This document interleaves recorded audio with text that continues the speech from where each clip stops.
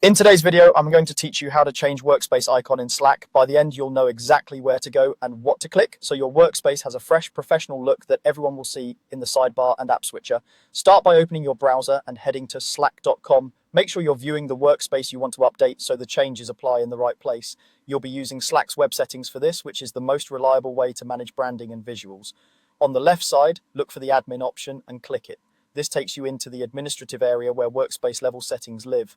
If you manage more than one workspace, double check the workspace name at the top so you're editing the correct one. Next, click Edit Workspace. This opens the main customization panel, including your workspace name, URL, and the icon we're updating today. Think of this page as the control center for your workspace's identity. Find the workspace icon section and click the current icon. This is where you'll upload a replacement.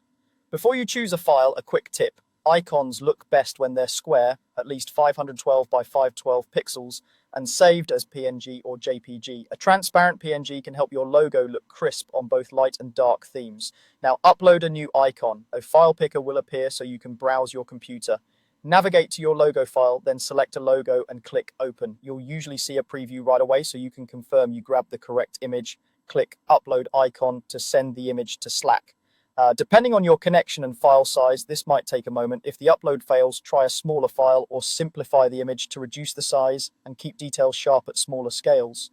Finally, click Crop Icon. Use the crop box to center your logo and make sure important parts aren't cut off. Fill as much of the square as you comfortably can so the icon remains legible when it appears in small places. When you apply the crop, Slack processes the image and updates the workspace icon automatically. Give it a moment, then refresh Slack or switch channels to see the new icon in action. If it doesn't look quite right, repeat the upload and crop steps until it's perfect. And that's it. Your workspace now has a clean, updated icon that represents your team.